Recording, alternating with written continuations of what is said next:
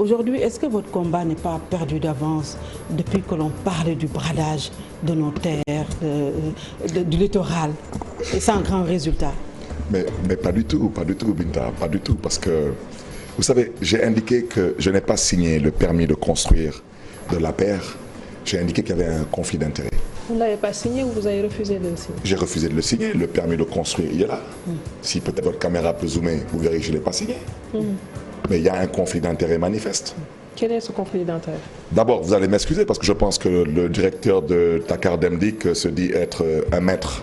Bon, alors moi, je ne sais pas s'il est maître... Moussa Diop, il dit qu'il est avocat au barreau de Paris. Bon, il doit peut-être être avocat dans un barreau qui se trouve sur la planète Mars ou la planète Jupiter. Mais au barreau de Paris, je ne pense pas qu'il y est, surtout pas au barreau de Dakar. Bon, mais ce n'est pas important. Alors, cet homme, d'abord, il n'est pas digne de confiance. Pourquoi? Il n'est pas digne de confiance parce que, d'abord, il est nommé par le chef de l'État. Il est militant, responsable de l'APR. Il dit, je pense qu'il avait d'abord annoncé un montant de 500 millions. 500 millions, 1 milliard, ce n'est pas important. Mais ce que vous devez savoir, c'est qu'il ne vous a pas dit qu'il a vendu toute la façade de Dakar Demdik qui fait face à la route de Ouakam. Comment Dakar Demdik peut vendre une assiette foncière à l'ambassade de Chine? Ce n'est pas normal.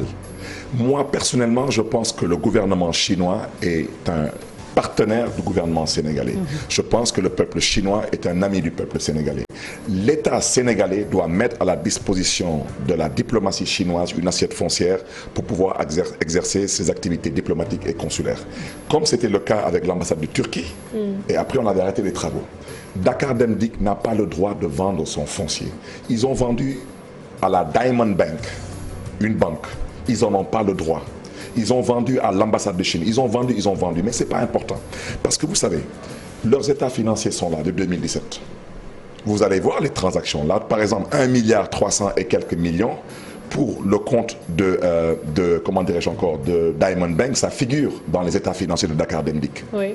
Mais ni en 2017, ni en 2018, ni en 2019, vous verrez les fameux 500 millions ou le milliard de l'APR dans les états financiers de Dakar Demdik. Parce que l'APR n'a jamais acheté du foncier à Dakar Demdik. On lui a offert. Monsieur Diop le sait, je le sais. Pourquoi et bien sûr, le président Macky Sall le sait. Pourquoi nous dit-il que cela a été discuté et bien mûri en conseil d'administration avant que cette décision ne soit prise? Donc, alors, ce conseil d'administration, vous allez m'excuser, ils sont dans l'illégalité la plus totale. Alors, regardez, ils ont un permis de construire. Et il y a un acte de notaire qui suit. Le cabinet de notaire, c'est Maître Amadou Moustapha Ndiaye, Aïda Diawara Diagne et Mahamadou Massiré Diallo. Je m'excuse de citer leur nom parce que ce sont les autorités dans ce pays. Ils disent, au dernier paragraphe de leur acte, ils disent que la dite cession est conclue moyennant le prix d'1 milliard de francs CFA, payé directement et hors la comptabilité du notaire sous-signé au cédant. Ça veut dire qu'ils ont fait une transaction de 1 milliard hors vue du notaire. C'est scandaleux. Je vous dirai pourquoi c'est scandaleux, parce que d'abord, le Code des obligations civiles et commerciales, vous pouvez le visiter, c'est le COCC, mais dit clairement que toute transaction au-delà de 20 000 francs doit faire l'objet d'un écrit. Comment est-ce qu'on a eu une transaction devant notaire de 1 milliard de francs CFA hors vue du notaire? C'est scandaleux. Mais où est l'incentif? Où est l'incentif? Mais si ce n'est pas du blanchiment, il y a un sérieux problème, parce que moi, quand je regarde ce document, à partir de 10 millions, moi, Barthélémy Diaz, je ne peux pas demain aller à la B6 ou à la Société Générale ou à la BOA pour déposer dans mon compte plus de 5 millions de francs CFA. Comment est-ce que l'APR peut apporter 1 milliard que personne n'a vu et dire qu'il est propriétaire de cette assiette foncière?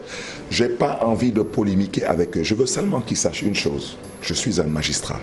Vous savez, vous avez deux types de magistrats. Vous avez des magistrats de l'ordre judiciaire. Ce sont mes fameux amis. Et vous avez des magistrats de l'ordre administratif. Je le suis.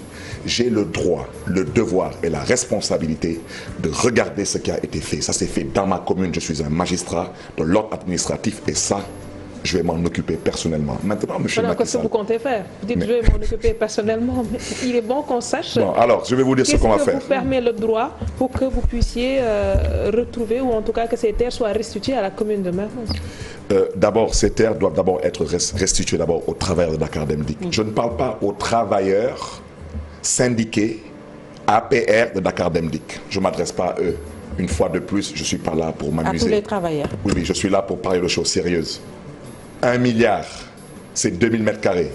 Je dis, je répète, je persiste et je signe que l'APR, dirigée par le président Macky Sall, n'a pas décaissé 1 milliard pour acheter cette assiette foncière.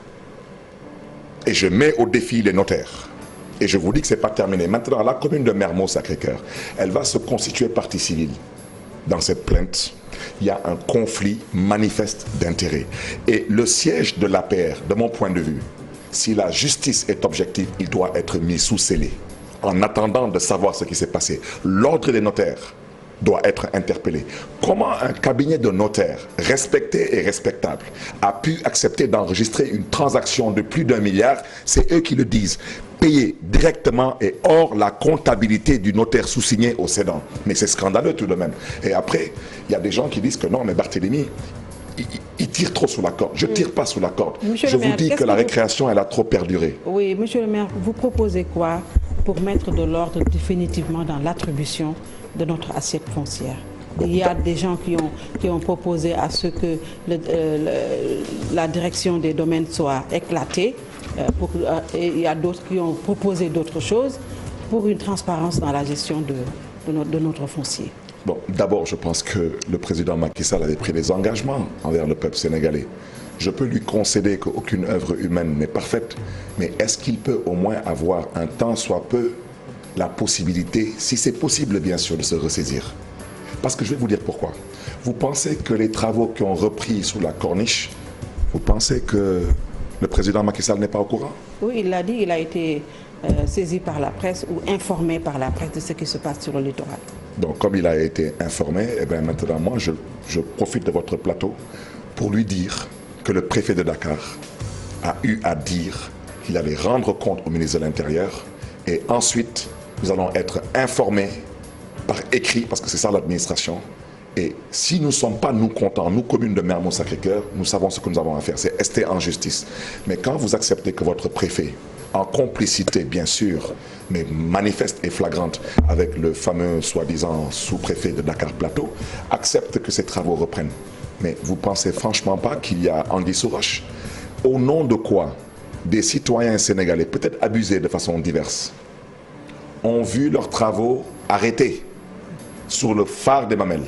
Pourquoi d'autres Sénégalais ont vu leurs maisons à la cité Tobago rasées, des maisons déjà construites? Sur le littoral, actuellement, certaines n'ont rien construit. Même la couche de propreté, ils sont en train d'aller en fast track pour faire la couche de propreté. Mais vous savez pourquoi c'est intéressant? C'est parce qu'ils ne construisent pas un château de sable ou un château de cartes. Donc on ne leur laissera pas le soin de le construire. Quand les Sénégalais sont levés pour arrêter la construction de l'ambassade de Turquie, ils ont eu gain de cause ou pas? Oui. J'ai entièrement confiance aux gens qui portent ce combat. Quand je vois des personnes qui sont toujours sacrifiées pour ce pays, quand je les vois aujourd'hui à mes côtés pour ce combat, je n'ai pas de doute que ce site ne verra pas le jour. On ne l'acceptera pas. Ça veut dire que ou bien les autorités de ce pays devront se ressaisir, ou bien le peuple de Dakar va assumer ses responsabilités. Il n'est pas question de privatiser des plages publiques. Maintenant que les privilégiés aient eu accès aux fonciers sur le domaine public maritime, mais je peux leur concéder, c'est leur chance. Oui. C'est peut-être leur statut, c'est peut-être leur destin. Mais ça suffit parce que pendant qu'on y est, demain vous allez décider que maintenant, vous avez rencontré des Suédois et vous avez décidé maintenant de construire des maisons sur pilotis, sur l'eau. Ça suffit. Autre chose, c'est le différent, si je peux l'appeler ainsi, entre Atepa et Madiambal Diagne. Parce qu'également, il s'invite dans le débat sur le bradage du littoral. Madiambal Diagne qui dit même qu'il est prêt à ce qu'on organise un débat télévisé pour le départager de Atepa. Que vous inspire ce débat-là? Non, moi je pense que d'abord, les Sénégalais n'ont pas besoin de ça. Je pense que d'abord, M. Atepa, c'est un oncle. M. Madiambal Diagne aussi est un oncle. Et je pense qu'aujourd'hui, moi personnellement, M. Madiambal Diagne, je le considère comme un homme d'affaires. Mais s'il a ses biens immobiliers, bon, je suis désolé, M. Youssou N'Dour, aujourd'hui est un homme d'affaires. Il n'y a aucun Sénégalais qui sera choqué que M. Youssou N'Dour ait un portefeuille foncier ou immobilier. Donc franchement, il faut aussi qu'on sache raison garder. Donc moi, si M. Madiambal Diagne, de par ses connexions ou de par son passé, a pu avoir accès à du foncier, mais c'est sa chance.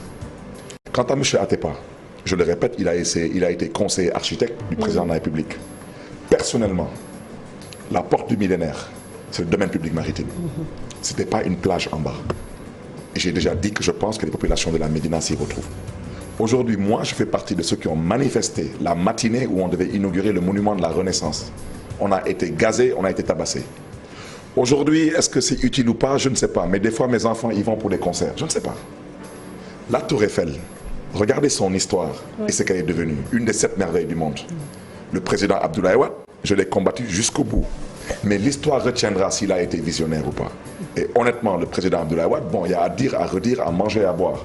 Mais je pense qu'en 12 ans, il a tout de même posé des actes qu'on peut, en toute modestie, peut-être contester, mais ayant l'honnêteté intellectuelle de les reconnaître comme étant d'une certaine utilité.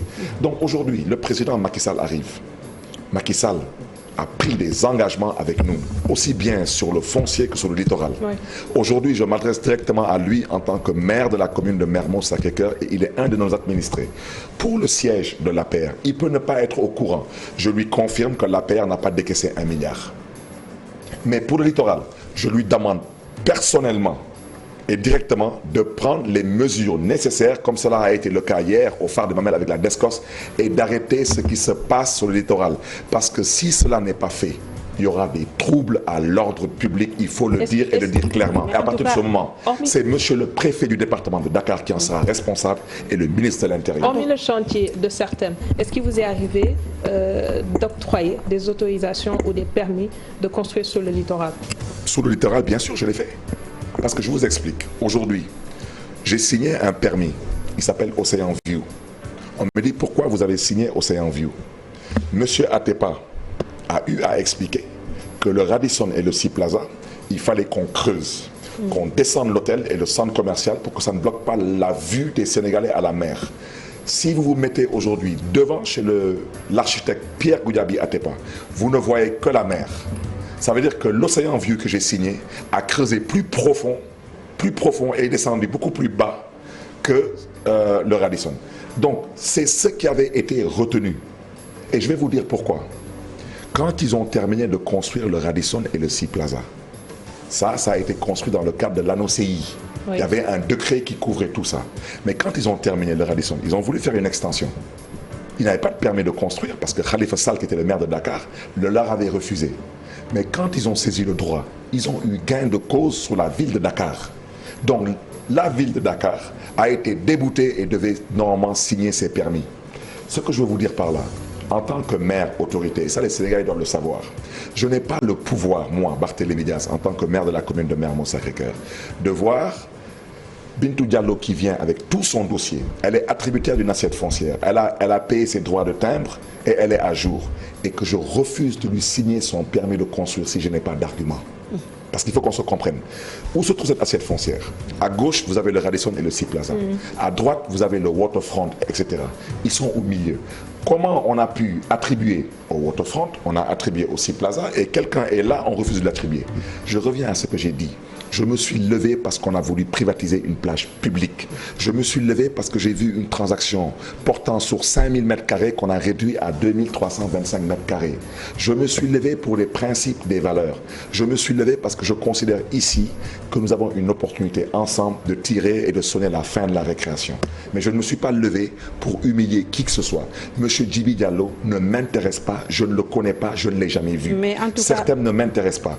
Mais aujourd'hui, vous avez tous constaté qu'ils ont privatiser la plage publique. Oui, monsieur le maire, en tout cas, le régime de Wade ne doit pas être exempt de reproches par rapport à sa gestion de notre foncier, même si vous êtes devenus des amis.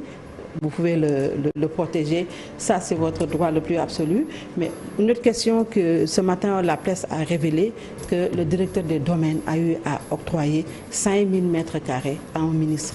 Est-ce que c'est un présumé scandale qui se profile à l'horizon? Il promet de réagir prochainement en tout cas. Qui promet de réagir? Le directeur des domaines. Bon, alors, personnellement, je vais vous dire ce que je pense. Sur la bande de Filao de Guédiawaye. D'abord, je ne pense pas que le directeur des domaines, je ne pense pas que le directeur des domaines ait le pouvoir d'attribuer 5000 mètres carrés à une personne morale ou physique. Parce que le directeur des domaines n'est pas la commission de contrôle des opérations domaniales.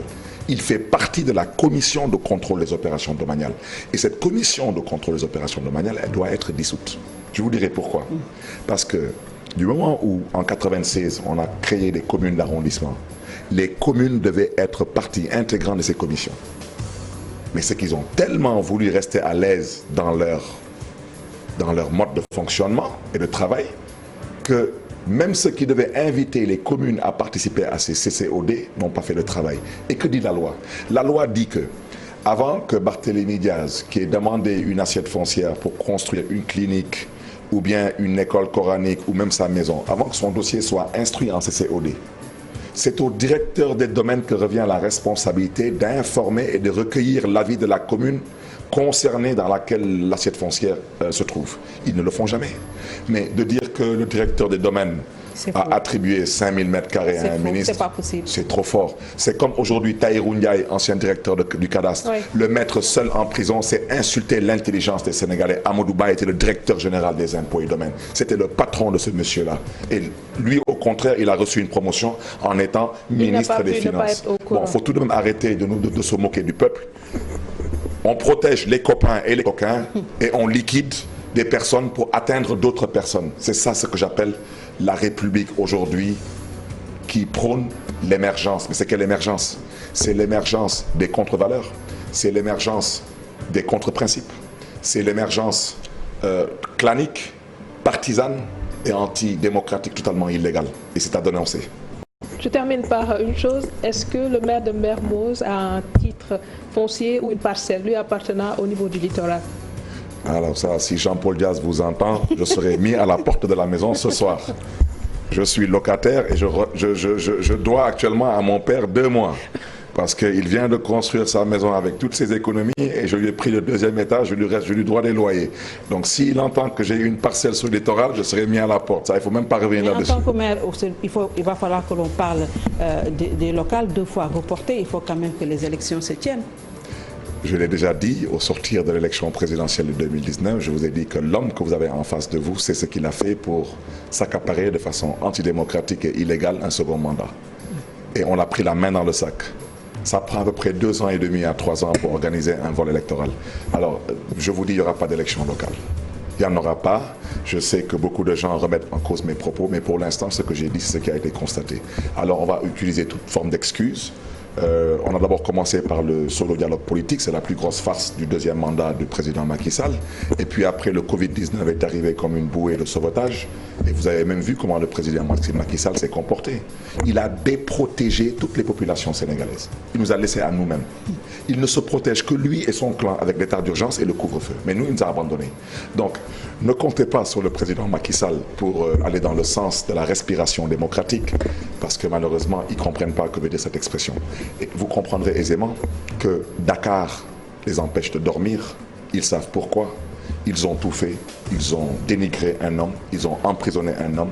Mais cet homme, de par la grâce de Dieu, reste encore dans le cœur des Sénégalais. Merci. Et vous avez même vu ce qui s'est passé avant le Covid. Ils ont essayé d'ériger Dakar avec un statut spécial pour dire que les communes peuvent élire leur maire. Mais c'est à lui, le président Macky Sall, d'élire le maire de Dakar. Franchement, il faut savoir se ressaisir. On est en République et en démocratie. Merci beaucoup Barthélémy Diaz, le maire de Mermoz Sacré-Cœur. Merci également à Binta Diallo et à vous qui nous